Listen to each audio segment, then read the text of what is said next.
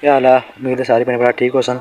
तो अज ना व्लॉग बहुत ही अच्छा है क्योंकि ये जेह्ड़े साढ़े भरा जेह्ड़े शिकारे ने शौकीन उसने रिलेटेड आए माड़े मुस्से ना आंदे कुत्ते बाहर ते चंगे लोड़े आह्ले कुत्ते तगड़े कुत्ते न। ते चलो उन्होंने को जुलने उन्होंने को सलाम दुआ करियै पुच्छने क्या कोई ग्रुप है ना है कितने कुत्ते रखे हुए ने ते कुत्तियां ने क्या कोई ना शान। चलो आज सारे नाल। A few moments later. क्या हाल है? ठीक हो सो? ते किन्ने कोई कुत्ते रखे ने ग्रुप च? सरकार ग्रुप थे ना तकरीबन को 15 कुत्ते ते जाती सोने कुत्ते अपने किन्ने न? जाती है चारे जाती अपने ना ते वल कोई तगड़ा ग्रुप है? तगड़ा ग्रुप है ना छतरो ग्रुप ते रोज शिकार होना डेली होना या कदा कुदा हो जाइने? सरकार जी ना तारो तार गए ना शिकार तो उसके बाद अल्लाह तीनों बजा रखे ना प्रोग्राम ते ये जेह्ड़े कोई राधा थे जाने ना या कोई नहीं? और राती को डोरियां लगी होना।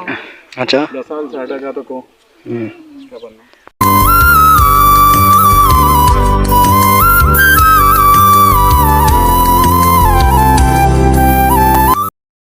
कुत्ते के छड्ड होने ने?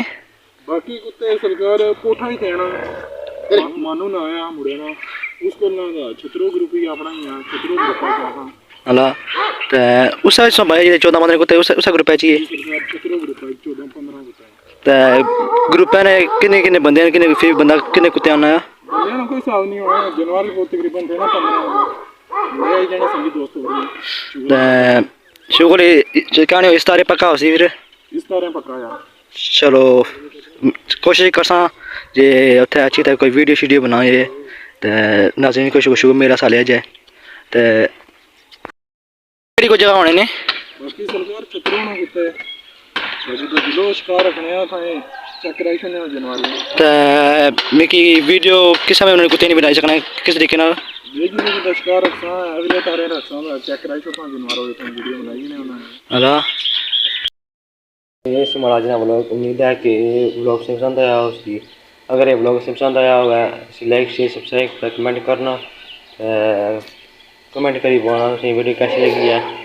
इस तो अलावा जो नाज़रीन हमारी वीडियो अपने रोज़ पर रोज़ सब्सक्राइब नहीं किया उन्हें गुजारिश है सब्सक्राइब करें। इंशाल्लाह मिलने से नई वीडियो तब तक अल्लाह हाफ़िज़।